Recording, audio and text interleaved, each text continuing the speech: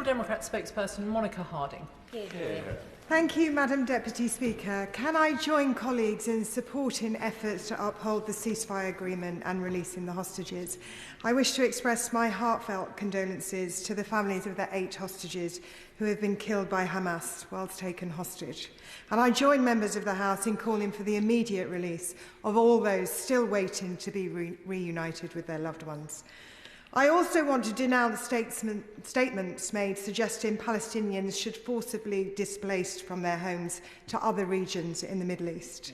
The only clearing out that should be taking place is the unexploded ordnance across Gaza, where UN demining experts estimate 5 to 10% of all ordnance is unexploded.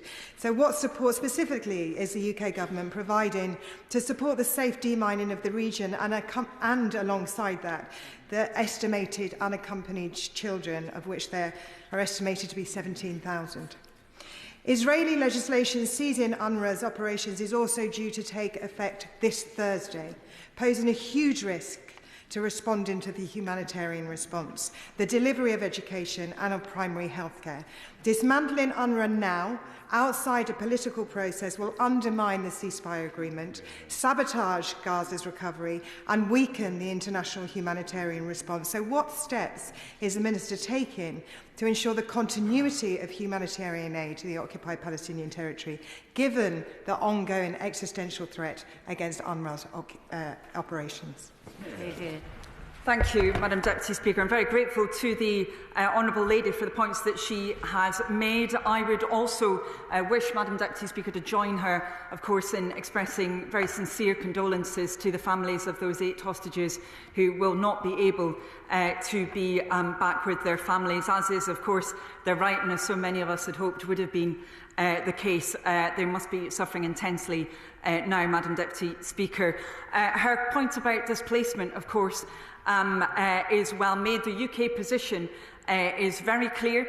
The UK believes that international humanitarian law must be held to, that it must be feasible, possible and indeed a reality that Gazans are able to return to their homes. That includes in northern Gaza. That has consistently been the UK government's position. She asked about mine clearing and unexploded ordnance. As I mentioned in my response to the Right Honourable Lady a few moments ago, it really is important that we see those areas being safe for people to come back to.